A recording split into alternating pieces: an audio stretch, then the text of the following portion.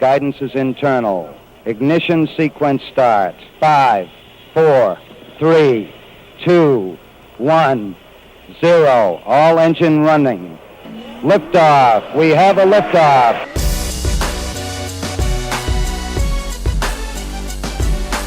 Permission to board. Permission to come aboard. Permission to board. Permission to bring me aboard. Permission to come aboard. Welcome to the Permission Granted podcast. Here's D.A. Welcome inside the freshest edition of the Permission Granted podcast, everybody. Number 96. Of course, you can always get the PGP on its own iTunes feed these days. That's iTunes. Just search Permission Granted podcast. Subscribe for free and you'll get all the PGP on its own. Also, if you subscribe to the normal DA Show iTunes feed, you'll get it each and every week. It's also available online by going to DAOnCBS.com, our audio website, our audio archives. And then also we post it on Facebook each and every week as well, facebook.com/The DA Show. What a week it was last week, where the Chicken Challenge took place on a Thursday, reaction on a Friday, into the weekend. Now we're back at it on a Monday. The lead-up was intense. The event was even more intense. The post-game was a decompression leading into a dramatic Game 7 of the NBA Finals. It was one of the most heart-stopping, gut-wrenching, palpable, emotional 4 days in sports history, the Chicken Challenge into Game 7 of the NBA Finals. So Mraz joins me now, and let's just start here. The idea that you had to bring in Planet Steve-O was simultaneously, I did not know it was going to happen, simultaneously one of the most genius moves of all time and one of the worst decisions for you of all time because it made you look even worse in retrospect because you got beat by Planet Steve-O. But just in terms of sheer surprise, shock factor, drama, it had everything. I loved seeing Moralia. Yeah, I'm really happy it came together, and this wasn't a long thought-out plan, as we discussed. I thought of it the day before, and thankfully Steve-O's, I would say, his schedule, not that busy. Yes. You know, he had something to get to later in the night, obviously, but Is he was he able just to a 9-to-5er now at MSG? Pretty much, except for like special events every once in a while on a Saturday, but he has weekends off. I know that was a big ticket for him. He enjoys going to Yankee games at night and stuff like that. And he left us as associate producer of the DA Show around here to go to MSG, where he's basically the media Gestapo. He red flags any media that says anything bad about MSG. Right, and I know frequently he will text me when you're doing Gottlieb listening to you. So that's the only time I ever talk to Steve. So I know he's sitting there and he's listening to CBS Sports Radio or anybody else just to let MSG know when people are chiming in about them. But I think mostly to make sure that people don't badmouth Dolan. That MSG knows who's negative, because I think that they have. I think they hold grudges against the media here in town that have been anti-Knicks and Rangers. Especially in the radio. You better not ask for a guest if we hear you bad-mouthing Dolan. We have Steve Moralia on the case. Right, yeah. Planet Steve-O is now Policeman Steve-O. Yeah, and how about Steve-O, though, in that moment, because he works there, coming like in dress clothes and the whole deal to this event. I loved every part of it. I didn't see it coming. You hit him into a side office. You put a box over his head. He burst in with the Stone Cold Steve Austin theme song, and then he rips it off and says, "Let's eat wings. I'm here," and starts let's eat some wings. Starts flexing. It was so dramatic. It was it really was, no hyperbole, one of the great moments in show history. It was so funny because the audience, if you don't know what's coming, the audience has no idea. The audience just thinks we're about to watch Mraz, and all of a sudden, if you're the audience and you're watching a live stream, you hear the music. And even if you hear the music, you're like, oh, that's cool. They're playing the music out of the open. This is cool. This is different. But then when you have that camera span, all of a sudden Moralia's face, because of the camera angle, is just in everybody's living room, in their laps. You're like, whoa, where did he come from? Yeah, it was so sensational, the drama. And so kudos to you. You kept it a secret. Nobody knew. Brilliant masterstroke there, but it did make you look worse because you lost to two people. Yeah, you ended up coming in last. I finished in third instead of second. The only thing I'd say about that is, now that you're saying that, it makes me look worse. But if if you're not first, you're last. You know what I mean? If I really thought about it, I probably could have pushed 2 more wings down my mouth to make sure I passed Moralia.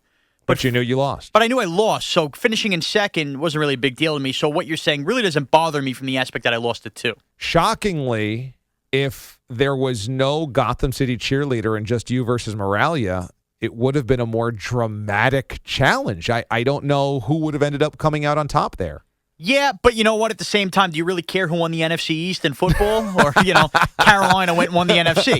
That's what it would have been like. It would have been a Redskin-Giant game after Thanksgiving. So what'd you think was better, last year's Chicken Challenge with the Nuggets or this year's Chicken Challenge with the Wings? Well, personally, me eating the 50 nuggets I thought was better. Event-wise, I think we got bigger and better with Chicken Challenge too. I do. I think it was a different twist. I think the storylines were both different. The first one was the producers who were already in the time slot thinking they could take me down. Yeah, I liked the two different storylines year to year. The number of nuggets was higher because you can eat more chicken nuggets than you can eat chicken wings. It's out of principle. So the numbers looked a little inflated, almost like the steroid era in baseball. So there were good things to like about Chicken Challenge 1. Chicken Challenge 2, we knew what we were doing. We really do know what we're doing as far as promoting an event like this now. We've been through Wienerships. We've been through the other Chicken Challenge. So I think we were on the right track. And then we just took it to another level with the surprises. I mean, the girls stalling. And then, at first it was Ava, but we still came through and we got cheerleaders. And then it was one cheerleader. And then Moralia's hidden and nobody knows about him. And then there's just the element of surprise everywhere. And then the overall upset. Now, listen, I didn't like that I lost, but I think the upset adds something. The favorite won the first Chicken Challenge. When you get the upset, just like we had the Cavs come back from 3-1 down, I think that adds something. I think it adds something to, it would have been different if Moralia came in and won. We didn't see him competing. But after Moralia comes, everybody's thinking, it's Mraz and Moralia, and this girl is just sitting there going, I don't care who comes through the door. I'm gonna eat these 24 wings before these idiots do. Yeah, I think there was pros and cons to both. This year, the drama of both was fantastic. You last year being the kind of the runaway machine and dancing and playing to the crowd and all of that. That was really great. The showmanship. This year, the total shock and awe of a 103-pound cheerleader beating you. Both are different on the scales of drama, but it's such a great show. I would tweak next year some things this year. Our live feed this year, in terms of video-wise, was 1,000% better because last year nobody could log on to the damn web stream. Yes. It crashed so early. Yes. So that was huge this year to have it. So that was a plus. That was a leg up this year. I think a minus this year was that it was so dramatic. I turned into Susan Waldman, and I probably butchered a lot of the calls. I didn't let Jacob really own the moment, and he's earned the moment to own. I think that's fair criticism of yourself, and from what we understand, the bosses seem to agree with what you're saying. They didn't like I stepped on his final call. Now, here, the final call I've listened back to a couple times here. He strings out a little too long. He tries to go John Sterling-esque with the Yankees. He says Chicken Challenge, and he pauses for way too long, where I don't blame you for jumping in there. Yeah. I guess you're waiting for the word champion, but he could have just been saying this was your Chicken Challenge. You know what I mean? Yes. And another part of it is, as great as Jacob is, I was literally stunned that she was winning. I couldn't believe it. So I was trying to really bring that out. Moment. And Jacob is so good, but he's very deadpan in so many ways. I don't think he was properly putting into context how crazy this was. And also, if you're listening on radio, you don't know that she's leading. You don't know that she's actually doing this. So I was trying to go there to really be like, can you believe this is happening? Yeah, you were like the guide dog for Jacob. I get that. I mean, listen, there were several calls that I think Jacob had, like you said, where maybe your voice was in it, where we didn't hear. But overall, you guided us where we needed to go, and we still got classic Jacob moments. I mean, we're going to bail out. Is he going to survive? You got him there. You got some great Jacob moments, and overall, I think everybody got a feel for what it was. I had to answer questions all weekend long. First of all, I don't show up to work on Friday, so I have people tweeting at me. But then people on my own Father's Day, I'm spending with Danielle's father, my father, and I'm fielding questions all day long about the Chicken Challenge, and my own family questioning whether I threw it or not. I got my mom literally. So is it because you're worried about your figure? Did you really not try to eat wings? They're questioning whether I threw the event. I had to face my family like that at the dinner table. It was ridiculous. That was so good. So good. Have you heard from the Bayou Bear? No. But I did have funny story about the Bayou Bear. The Bayou Bear's girlfriend, the quote-unquote girl down the block, the EMT, her family went away for the weekend, and she had work late Miss Bear, late Saturday and Sunday morning. So she ended up coming to my folks' house for Father's Day dinner because her father was gone. Yeah. So she was there talking, and she brought up a very funny story about the Bayou Bear and his own ego that happened to him. So apparently the Bayou Bear, within his inner circle of friends, has been talking about how much he's really calling out and he's being a part of the DA show, and he wants to challenge me to put his fingerprint. One of his friends from a burner phone texted him saying he was an executive at CBS and he really liked what he brought to the table, and they want to pay to fly him up for Yes. Goes, we would like to we were thinking about the chicken challenge was a success, but you weren't a part of it. We're thinking about doing an eating challenge at least once a month, for the next 3 months. We would pay for you to fly up. We'll take care of it. And he was going back and forth going, I think I have really good chemistry with those guys. I think this would be a good idea.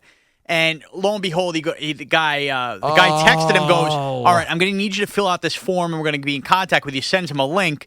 When he goes to click on the link, it ends up being a picture of a penis. Wow. So that's how he found out it was his friend. Amazing. So the Bayou Bear's ego and his bubble burst, his friends end up screwing him over and really roping him in. Oh, that's great. So the Bayou Bear now is really ticked off. And apparently, I got another text from a buddy who apparently knows the Bayou Bear. He said, hey, when's your block party? I'd really like to come this year if the Bayou Bear is going to be, and called him the Bayou Bear. Can we stop calling him the Bayou Bear?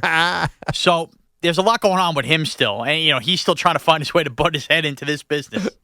So good, man. So good. So that brings us to Father's Day. And I took my dad out to Citi Field on Sunday, Father's Day. Nice. Yeah, Father's Day. We had never done a Mets game on Father's Day. And the rest of my family was out of town, so it was just me and him this weekend. So I said, well, let's hang out. And how about we go to a game, and then we'll go grab dinner at your favorite restaurant in Brooklyn, Italian place that he loves afterwards. He said, okay, great. So since it was just us, I really went all out for tickets. This is the most I've ever spent on tickets outside of the playoffs and the World Series, regular season tickets. I got really good seats. We ended up 11 rows down the first baseline, like really solid seats. And I paid a pretty penny. The Mets got swept by one of the worst teams in baseball, the Atlanta Braves. Team that's 21 and a half games out of first place or something like that. Got beat 6-0 and had one hit. And it was hot as hell. We were sitting in the sun. So we're sitting there, and my dad's like, man, these are the best seats I've ever had. This is so cool. So I was glad I could, reward him that way. And at the same time, I'm going, could we just get one run here so that it's not like we're watching a Braves game? Dude, I flew to Toronto. The Yankees got shut out up there. I was sitting right there. I know the feeling. It's brutal. My God. And so the Mets lose on Friday. I go, oh, boy, well, we really need to win on Saturday. Then they lose on Saturday. I go, well, okay, they won't get swept. At least we'll see a win on Sunday. Then they get one hit. I go, screw you guys. And you went to the game against the Pirates earlier in the week where the Mets were almost no-hit. So you've been a little bit of a jinx on the Metsies lately. I went on Tuesday against the Mets, and Taillon of the Pirates, or against the Pirates. The quote-unquote kid. Yeah. No-hit him through 6 into the 7th inning. Right. They were no-hit. And then I went on Sunday, they got one hit. It's like, thank God Conforto had that one hit. Could you imagine spending that much money bringing your dad out and watching your team get no-hit? See, wouldn't you rather watch them get no-hit? No. You're at least there for a no-hitter? No way. Well, you go home going, we saw a no-hitter. I guess, but God, that's even more depressing. But at least you were there for a no-hitter. It might be depressing in the moment, but you look back going, I was at a no-hitter. I don't know. Maybe. Because now you're just going to look back, remember they stunk that day? At least you go back going, hey, you saw a no-hitter. But then the Braves are going to jump around. So what? Celebration. It can't be worse than you being there when they lost the World Series and watching the Royals jump around. Yeah, well, that's true. Luckily, the dinner was really good, so that saved it. And my dad was very happy with the seats and loved the experience and everything. But I said, come on, of all the days, can you just freaking score a few runs here? Yeah, that's a nice day. I don't mind losing. Just don't get crushed. Right, and you at least, you want to hear a ding-dong or something like that. Just show me the apple once. Let the apple come out of the At least the hat. Papa Mendo had a good day. Yeah, Papa Mendo did have a good day. It was a very good day all around. Glad I could spend it with him. So what'd you do with your dad? Well, first I got to do the 2 Father's Days because I'm married in the whole deal. That's interesting. So you end up having to do both dads that day? See, I got to be honest. Father's Day, I'm relieved it's over. It was a bit of a pain in the ass for me. Okay, because the problem is my dad is very indecisive on things he wants to do. Okay. And my father-in-law is very gung-ho and basically feels like we live near my parents. We should be like around him all the time on Father's Day. Right. So I have to find that balance of I have to do both. So essentially, we ended up at Belmont Racetrack earlier after a lunch at Red Robin because my father-in-law loves betting the horses, and Father's Day they do this whole thing. Essentially, what happens is you go into this racetrack and you're there to bet and you have all the degenerate fathers there who love gambling on horses. Yeah. And they drag their kids there who don't want to be there. So sad. And there's all like bounce houses and stuff, and it's all a trick to these kids to make them feel like they're doing something awesome. Their father wants to spend time with them. When in reality, the father is just using the excuse that I'm a father. I'm going to gamble on horses. Here, go play. That's kind of a weird mind warp to entice kids to go to the racetrack where their parents or their fathers are betting away their money, like with the bounce houses. It's bizarre. It's bizarre. And listen, I watch the Triple Crown races, but it's a bizarre scene. So I go in, and I'm putting down money on the ponies, whatever. And I tell the father flat out, I'm going to have to go back to my dad. We're going to do a barbecue at my dad's at like 5 o'clock. So we're there during the afternoon. Yeah. I'm betting horses. The second to last race we're there for, a horse freaking breaks its leg running at the end, and two horses trample all over it. And you got kids screaming. And they bring out the screen, the whole deal. Oh, no. It was unbelievable. So somehow, I don't know what happens. I'm sitting there, I'm going, this horse just died on the track in front of all these kids on Father's Day. Girls crying. I was like, it was just, broke their leg. Then they euthanized him? well, they're shooting him behind the screen. I'm doing the peek around. I got to see what's cooking here. The horse jumps up after that and jumps in the back of like a horse ambulance. And all of a sudden, the ambulance comes off, and all of a sudden, a big roar comes over the Belmont crowd. Everybody's going nuts. My personal opinion, they shot this thing with adrenaline to get it back, and they're basically, I assume, I didn't see any stories that they would euthanize this thing away from a million kids, but I hope the horse survived. Because it was up, you got to realize, normally they probably euthanize these horses, with the 100 degenerates out there betting, but when you got kids with their face painted, screaming and yelling, it was ugly. After that, I tell you, D, I couldn't bet another race. Like, we stayed for another race after that, and I even said, I can't even, I was watching the horse, there was something about it that really bothered me, Yeah. and I'm usually not like that, so I was done with the racetrack after that. I told my father, I bet you last race, we're out of here. I got to my parents' house. We did a little barbecue. And then my dad was nice. We brought the TV outside for Game 7. We lit a fire. That saved the day. But seeing the horse on the ground, my Father's Day was wrecked. I had it with it. Oh, man. To think of all those kids. And I said to my father-in-law, who goes all the time, I said, do you see this often? Because I've only been to the track twice. He goes, I saw it once when I was 10 years old. I go, okay, so it really doesn't happen. That you read about it, but it doesn't happen that often if he goes all the time. But for it to happen on Father's Day, I'm telling you can hear the kids they're obsessed with the horses when they're there. They don't really get that their father's betting away their college savings. They're seeing horses gallop by. That's what they care about. And they see this horse falls down, and you can hear the horse, making noises, and the other horse is stepping, and they're screaming. The kids are screaming. That was it for me. I was done. I almost started crying. It literally ruined my Father's Day. It's so brutal. Yeah, so next year, if he wants to go to Belmont, you know what? Go. Meet me. If you want to come over for a burger at my parents' house later, I'm done with it. No more horse tracks for me. Oh, man, that is so brutal. Yeah, so you said the Mets didn't score a run. I saw a horse get trampled. Yeah, so happy Father's Day. You win in terms of Father's Day misery. That is so sad. That is so sad. Oh, man. Now, does your mom do anything for your dad?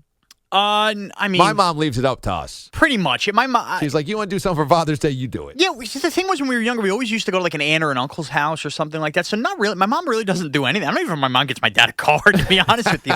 So it really is all up to us. And we just tell my dad, like, I'll come home, I'll grill. You know what I mean? Yeah. I'll whatever. My dad just wants to relax. So I set up the fire. I set up the TV outside. He's sitting there with his Corona, roasting a marshmallow. We're watching Game 7. It was fine. He was happy. My sisters took care of stuff early on because I was watching a horse get trampled, so I don't know what they did early on. Yeah, it's interesting. I wonder, like, when you get married and you have kids, do you you don't celebrate Father's Day with your husband or with your husband until you have kids, I would imagine. Of course. Right? Yeah. So when you have kids, when the kids won, do you celebrate? Yeah, you do things. I see people on Facebook, like young couples I'm with, Happy Father's Day to my husband. They'll let them do whatever they want. Or maybe they want to celebrate. They'll be like, hey, go out and play golf today or something like that. Yeah. I'll watch the kid. And then by the time the kid's like 5, or like 3, he should be writing cards, make a card. Right. Other than that, then it's up to the dad if he wants to hang out with the kid. You get right, exactly. Once they hit teenage. Once you hit teenage, so the mom has to guide the kids, I think, up until maybe 8 or 9. Yes. Maybe 10 or 12. Yeah, right. But even at 10 or 12, you can't decide what you're going to do, but you can kind of figure out what you want to do for your father. Right, and organize it with dad. Like, hey, dad, let's do this, let's do that. Right. But then at some point, the mom's out of it. Well, I know at this point my mom's totally out of it. My mom's so out of it. We're all adults. And she'll give us like a subtle reminder. Like 2 weeks ago, she hit me with did you get your dad anything for Father? Yeah. Yes, Mom, I'm aware. What are we going to do? I don't know. You're the son. You figure it out. Yeah. You know? And then again, I'm sitting here with my dad. All right, I'll be here at 5. Why are you going to be here at 5? Well, Dad, I'm married. I haven't, it just, I can't stand it. Being married, when you're not a father and you're married, I think I'm in the worst position for Father's Day. Okay. Because if I was married and I had a kid, yeah. Okay, well then Father's Day is for me as well. And I could kind of be like, all right, I'm doing this. Dad, I'll see you later, or whatever. But when you're married and you don't have kids, it's you have to find time for both fathers, and I'm not a father yet, so it sucks. Yeah. It's not saying I want a kid right now, but I think that's the worst Father's Day to have. It sucks. Yeah, it's a pain in the ass. You're bad in between. Right. Plus, you've got as you said, the father-in-law. Right. Which I don't know if that's your responsibility. I really don't. But once you're married, you're connected that way. You know what I mean? What am I going to tell Dana? Go run off to the horse track with your father. I'll be back here drinking. Well, I don't know. I think you kind of split it up between the two. If you can get all the dads together, that's great. That kills two dads with one stone. That's what I wanted to happen. I just wanted to have, a barbecue. My dad, I'll cook everything. I'll buy all the food. And my dad was kind of like, I don't know. I just want to relax. Not that, he loves it, but he was in that mood. If he would have just said that from the beginning, okay, all right, if that's what you want to do, you're going to, okay, come over at 3 o'clock. Then I wouldn't have to drag my ass to the horse track at 1 o'clock. I wouldn't have been doing that. Then I'm sitting there at like 4:45 leaving the track going, I got to, and I feel like I'm rushing around. I couldn't relax. Maybe that's selfish of me. I hated it. Yeah. Well, I will say the one thing that I really realized yesterday was thank God Father's Day is at the end of June. Yes. Could you imagine if it was in February or what do if you it was do? in December? You go snow tubing? What do you do? Yeah. Thank goodness you could be outside and go to a ball game or have a barbecue or go to the horse track and watch horses get killed. Yeah. Peter's going to love this episode. I mean, I don't know who scheduled it. I don't know who created it, but good job by them. Mother's Day in May when it's somewhat nice. You can buy flowers and stuff, and nice Father's Day in June when the weather's nice. If you become a father, what's your ideal Father's Day? I think at the ballpark. You like going to the game? Yeah. I think it would just be really cool to be able to go with your son or your daughter and watch a game, have a beer, have a hot dog, and maybe dinner afterwards. That'd be good. But, barbecues are good or, just hanging. I think hanging with your children and like that, like, hey, this is about me being a dad to you is a cool thing. I agree. See, for me, I think if I'm a father, my father and my father-in-law, they're not like big beach guys. I would love to hang out at the beach all day on a nice Sunday afternoon or just, like you said, a barbecue by the pool, something like that. I find, you see how many dads were at this Belmont racetrack and I would go to a game too, but it's just, it's too much. It gets to be too crowded around these areas. Well, that's true. We fought traffic in and out of Citi Field. But I will say it was really cool to be at the ballpark. And there were so many generations of dads with their kids. And so they showed them on the Jumbotron constantly. It was really about a salute to dads, which, is very deserving because you realize, man, it's not easy being a dad. It's not easy being a mom, let's face it. But there's a lot of dads that bail, man. Once they knock up their wife or their girlfriend, they're out. Boy, happy Father's Day to you. Way to put it bluntly. Seriously. So for all the dads that stuck around and were just like, this is not easy, kind of sucks at times. I don't want to be here, but I stuck it out. Well, you deserve a day. You deserve a day at the ballpark. You do deserve a day at the ballpark. Well, all I got to say is thank goodness it's over. We can get on with summer now. All right, side B coming up. What are you talking to Joe DeLuisio about? I want to talk to Joe D because he wasn't here for the Chicken Challenge on his pros and cons of what he liked about it from a fan's perspective. Very good. The fans' guide to the Chicken Challenge. And you know what? Me and Joe are going to break down, give a little salute to Cleveland, and discuss what we loved about Game 7 of the NBA Finals. Very good. This is Side B of the Permission Granted podcast right now. Welcome inside Side B of the PGP. This is Mraz, the executive producer of the DA show, as you know, joined by Joe DeLuisio, the associate producer of the DA show, one of the associate producers of the DA show. Joe, welcome aboard. Get my damn name right, Mraz. It's Joe DeLuisio? That's fine. Yeah, not Joel. Come on. How long have we been doing this? A long time. I'm still a little tired today. I'm coming off a 3-day weekend. Must be nice. It must be nice. Well, the last time I was in these studios, Joe, I lost the Chicken Challenge. Matter of fact, I finished in last place in the Chicken Challenge. Quite embarrassing. Yeah, so forget the fact that I lost for a sec. All that. It is what it is. You pick up the pieces, you move on. As a fan, Joe, I find out on your off night you're listening to the PGP or you watched it? No, we're not talking about the PGP. We're talking about the Chicken Challenge. Boy, my brain is scrambled. That's what I mean. You're freaking fried, dude. I'm fried here. What is wrong with you? I don't know. Too much sun? You have the sun flu again? I hope not. No, my head doesn't look like a turtle shell like I had last year. Good point. Okay, so the Chicken Challenge, we live streamed it, and obviously it was on the radio. And you, with your day off, you chose to... I chose to watch a live stream on the Facebook page on my day off, and it was awesome. It was awesome. Okay, so I need to know... Here's the thing. When you do these... You don't want to call them bits because these become more than bits when we do these challenges are on the events. show. They're not bits. They are events. When you bring in Jacob Wilkins, it's an event. And it seems like year after year, these events just come with more twists and become bigger and bigger.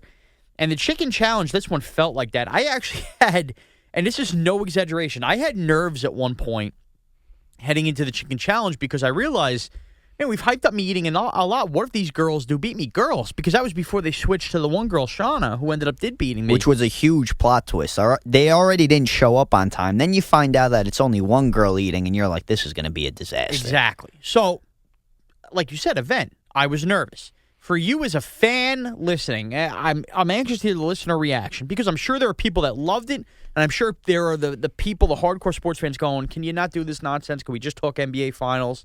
But we believe the majority actually loved it. You as a fan, what did you love about the Chicken Challenge? And if you were here instead of me or James, what would you have changed about the Chicken Challenge? I thought the broadcast was great.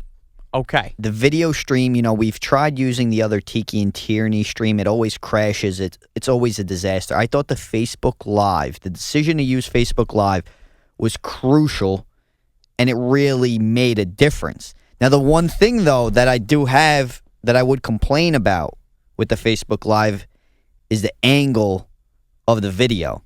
Okay. Now, I thought somebody else that was in the control room, maybe, I think your sister was here also watching. Yes. Maybe she could have used DA's camera and gotten a complete wide shot instead of DA filming and doing the color commentary. Okay, so that's honestly the one thing you would change? Honestly, yeah. I thought the same thing. And I believe... Now, we had hands on deck that could be able to film it. However, this is one of those things where you live and you learn. Facebook Live is relatively new to the, the overall landscape of anything that we would do or Facebook in general and broadcast. There are articles about how, Facebook Live could really change broadcast. And I think it's an entity that we can use more so than Periscope as far as being in breaks or doing on-air stuff and having, maybe 10 questions with in-studio guests. So I think the trial and error of that, of figuring out how to use Facebook Live is kind of why you probably feel the way you do. I thought the best way to go about it personally was have somebody else film it. I actually was under the assumption that we were. But from DA's standpoint, I believe the way he probably wanted to go about it was he's seeing live comments roll in. So it's kind of a way to keep interacting and go with that standpoint. But as much as he was doing the live comments on the pre-video, if you will, and he was reading stuff and all that, once the action gets going and he's doing the play-by-play back with Jacob and stuff like that, you kind of look back at the comments after. It's hard to really interact with the listeners. And I think going forward, if there is challenges that we do on Facebook Live, it probably would be better to have somebody else film. Because I think, as he's spinning it around, he really didn't have a good feel for at times where to flip it and stuff like that. And it's tough because everyone wants to see you three clowns slobbing down. So from his angle. It's a tough angle, but at the same time, you also want to have an eye out on Jacob because Jacob is Jacob Wilkins. I mean, the voice of the Chicken Challenge. I love how Jacob has become, it's Jacob Wilkins. So that's what I'm saying. Like it would have been nice if you got the whole shot in one sitting. But also, I think, now I'm not sure, but if DA had opened up his Facebook page also on his computer, he would have been able to track the live comments. It wouldn't have affected the stream at all. Good point. So there you go. I mean, I think that's a valid concern, but I would caution this. If there's anything else we do on the show, and I'm sure there are going to be other things that come up on the show because this show is always crazy and chaotic and different things are always happening. There could be something big in a month from now that we're not even prepared for, and we do use the Facebook Live. I think you look back at Chicken Challenge 2.0 as the birth of Facebook Live on the show and something that you learn what you could change for. But I think overall it was a success. The site didn't crash, so if you wanted to get a look in, you got it. And let's be honest, I mean, the NBA Finals are now over with. There's not as much to talk about, there's a good possibility we'll be using that Facebook Live quite often. No doubt. Your favorite moment from the Chicken Challenge? Steve-O's entrance, the surprise Steve-O entrance, by great. far. It was great. Now, I will admit, we got to be honest with the listeners here. That morning, the morning of the Chicken Challenge, you called me, you tipped me off, you let me know. Right. And for those of you who don't know, because I was competing, Jacob kind of hinted that when DA turned for Jacob's opinion on Steve-O entering, and Jacob yelled, Mariah said he had something up his sleeve, and it's an absolute stunner. Perfect. Okay, perfect. Now, two things. Before I continue my one point, I want it noted that when Jacob says that, I don't know if he meant to say it, but Steve-O came out to the Stone Cold Steve Austin theme music. Stone Cold Steve Austin, for those old WWF fans, his finishing move was the stunner. So for Jacob to hit you with, it's an absolute stunner with that music playing, and it's Steve-O, that all tied together. If Jacob didn't know that, boy, that was a great call on pure luck. If he did, that's just picture perfect as a play-by-play guy weaving that in there. Brilliant. Was able to think on the spot to let that out. Whether it was planned or not, he did a great job with that call. Yes. Now, from my standpoint, for those listeners, I did know Steve was coming, okay? He was, all right, I'm going to take credit. I love patting myself on the back, as DA jokes about all the time. I thought of it the morning before. So the challenge took place Thursday. Wednesday morning when I woke up, I was thinking about the Chicken Challenge. And really, this goes into the cockiness of me. I thought for sure that I was going to win and beat these girls in the Chicken Challenge. And I said, I thought I was going to blow them out. I said, I need to find a way to spice this up and shock everything. And stemming from everything that happened with the Bayou Bear calling in and that kind of becoming like, it sort of reminded me of wrestling. And I said, boy, it'd be great to get Morale. I said, Morale ate 50 chicken nuggets. It should be great to get him back in here. We could break in with a wrestling theme song and have that moment of DA and Wilkins calling it. Luckily, Steve could do it. And Steve could only do it in the 7 o'clock Eastern hour, which worked out because it was the only reason this challenge was moved from 8 o'clock to 7 o'clock was because of Jacob Wilkins' unbelievable single Jewish event from the week before that we had confused for this week. So because Jacob moved that all around, it allowed that time frame that we weren't going to move again for Steve-O to show up. And I had to inform James because he had to hit the music. I had to inform Tom DeCelestino, who's on the Doug Gottlieb show, who stays around till 7 o'clock because he had to hide Steve-O. And I had to inform Berman because Berman had to walk him in and got him in because he wasn't going to be able to see through what was covering his face. And I told you because you weren't going to be there. But Jacob and DA had no idea. Now, you have done a ton for the DA show since it launched. This may have been your greatest accomplishment, honestly. Getting Steve in there? Yeah. It added an extra vibe. It was an extra great moment. It was amazing. And like I said, I knew about it. You told me about it. When I heard that Stone Cold music, I got chills up my arms. I was so pumped. Steve-O comes in yelling like a maniac. See, Steve-O kind of to the DA show was kind of like the Cosmo Kramer on Seinfeld. He's just goofy. He's crazy. And I knew he would be able to be him. I didn't ask him to do anything else but just come in and be you. And he screams. And there's a part on the live stream, because on the radio feed, you can't hear everything screaming, where he's moving his arms around. He goes, let's eat some wings. I have watched it over and over again this week. It's so funny. It definitely lived up to the hype. It was awesome. When you have moments like that, it's really, how do you top stuff like that? It's crazy. That's a tough one. That's a tough one to top because now I think if you're DA, you're thinking, oh, maybe Mraz is throwing a curveball on the next event. What is he doing to up this scary. one? It's almost like, you can't keep coming out with You set surprises. the bar real high on this one. Now, I still haven't decided on my retirement. Now, I'm glad you mentioned that. Okay. I think that's why you lost. Why? I think you psyched yourself up. You psyched yourself out, excuse me. Why? I think you were so confident that you were going to win, that you were going to roll through these girls, eat those wings, clean that bone. I did think I was going to destroy them. You thought you were going to destroy them. And then you saw Shauna get out to a quick lead, and you got a little nervous. You got a little nervous and said, damn, I may lose this one. And you just couldn't catch up.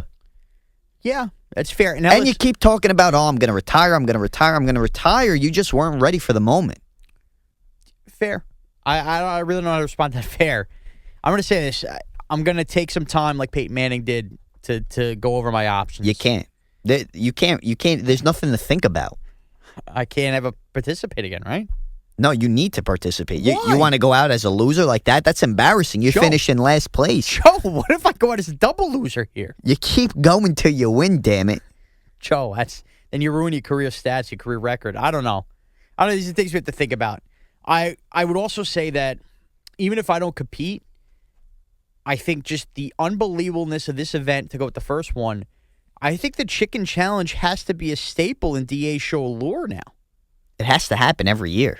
And maybe the right time for it to happen is the end of February, like we had the first time, and this one was end of June because, we won't be going up against the NBA Finals or anything. You almost look at it as like a lockout year where things get pushed back. I think the Chicken Challenge has to be a staple, and I think, and Shauna has to come back because they walked out with the trophy. Which means, now she needs to come back and defend their title next year. I totally agree. So that's interesting. Overall, I would say Chicken Challenge 2.0 was a success. Absolutely, I agree. Speaking of successes, I would be remiss, hard-pressed, if I did not send my congratulations to Cleveland. Congrats, Cleveland. Cleveland, especially on the overnight when we were on 92.3 The Fan in Cleveland, we had great listeners in the Akron area, the Cleveland area, and even to this day, we still have listeners that listen on the app from Cleveland or in even Youngstown, Ohio, a ton of the Cleveland area fans. So congrats. The LeBron run, amazing. Game 7, amazing. Game 7 for me, Sunday night on the TV, the best sporting event I've actually watched, pillar to post, besides a football game, for a team that, I got a lot of ifs, ands, and buts. For a team that has, listen, I'm a big Ranger fan, big Yankee fan, Net fan. A team that I had no rooting interest for, that was the most I was into and rooting for a team. And thought the game was excellent in Cleveland. I totally agree with you on that one. I was the same way. No rooting interest. I wanted Cleveland to win. I'll admit that. I did too. But at the same time, I'm not a Cleveland fan. My stomach was killing me. I was so nervous watching that game, and I wasn't even a fan. But I just wanted them to win so you could bad. Feel the pressure through the TV, and the game wasn't even in Cleveland. It was unreal. It was amazing. It was honestly amazing. I'm sure, listen, I'm not a Cleveland fan. I'm sure it would have been as sweet if they swept or won a 5 or 6. But something about it being them coming back down from 3-1 and being an epic Game 7, it's unreal. It honestly, and I didn't get to see Jordan. I know you saw Jordan. Saw him at the end. You saw him at the end. Me, I remember Jordan with the damn Wizards, where that was nothing. I didn't remember Chicago Bulls vintage Jordan. What I saw from LeBron in this series, in my mind, I have to say he's the best that ever played. Yeah, it's weird. It's a weird thing with LeBron. I personally like LeBron. I've loved watching LeBron James play basketball. Maybe it's the crying, and maybe it's just because he is so great. And maybe it's because people just hate that, a lot of the people compare Jordan. It's not like comparing somebody who played in the 60s. Jordan was still relatively sooner. The amount of haters that come LeBron's way, especially since he came back to Cleveland. I thought when he came back to Cleveland and wrote the whole letter with Lee Jenkins, SI, that a lot of that would go away. People still hate on him. And the amount of people I see on Twitter, all he does is cry and whine. Well, doesn't every NBA player and every NBA star when you're watching a game? Pretty sure every athlete does it. Every high-profile athlete's gonna bitch and moan about something. Look at Tom Brady. Everyone hates Tom Brady. He's constantly winning. He's constantly complaining. He's great. You can't. If you're gonna sit here and tell me that he's not a good player, or someone's gonna say he sucks, then you're just asinine. And the people that hesitate to put LeBron in certain categories, it's obviously debatable. And I didn't see Oscar Robertson play. I really didn't see Magic Johnson play. I think LeBron is the second greatest player behind MJ because he does it. Forget all the scoring stuff. You saw last night with the block. He does everything. Does everything on the floor. He's a man-child. It's amazing. Going into Game 7, now don't quote me on this stat, but I'm pretty sure that LeBron James led all players when comparing him and Steph Curry and Klay Thompson. So they combined. Led them both in rebounds, assists, steals, and blocks. It's amazing. I saw something similar, yes. It was unreal. Might have been the same thing. Yeah, probably was the same thing. Everybody was retweeting it. So it was just unreal what he was able to do. And you saw it. I don't know. I kind of felt it. This guy was on a mission. He played pissed off these last 3 games, and they prevailed, man. What can he say? And I would say his raw emotion of crying after the game was unlike anything I'd ever seen after a championship moment before. Like, you could feel it, like, oh, my God, this meant so... And how about Cleveland afterwards? I think something that gets lost in this because we keep focusing on the city of Cleveland. They haven't won a championship. They won a championship. For a lot of these players, take Richard Jefferson, J.R. Smith. Kevin Love, Kyrie. You can go through everybody, basically besides LeBron, I think, who hasn't won a championship. as a player's career, that's your pinnacle. That's your moment. You've won a championship. This is what you grew up playing basketball in the driveway for, to have this moment. And afterwards, it wasn't about, I fought my whole career about this. It was all about the city of Cleveland, and the players recognized that. And that's what was so special about this championship. It was more than just winning an NBA championship. It was for the entire city. For the entire city. And the players, but that point is the players recognized that. And I think that they were all on board. They were all on board. You can't say enough. Well, Joe, I know we're running out of time. You got to go do a CBS Sports Minute. I love doing them. All right. Well, thank you for joining me. A little chicken challenge at some NBA Finals. Maybe we'll have James Ward back next week. Maybe we'll bring you back in next week. Did he serve his suspension yet? He's suspended until further notice. All right? Till league review. Sounds good. You can follow Joe on his crappy Twitter feed at Joe D CBS. You can follow me at Twitter and Instagram at MrazCBS. Take care, everyone.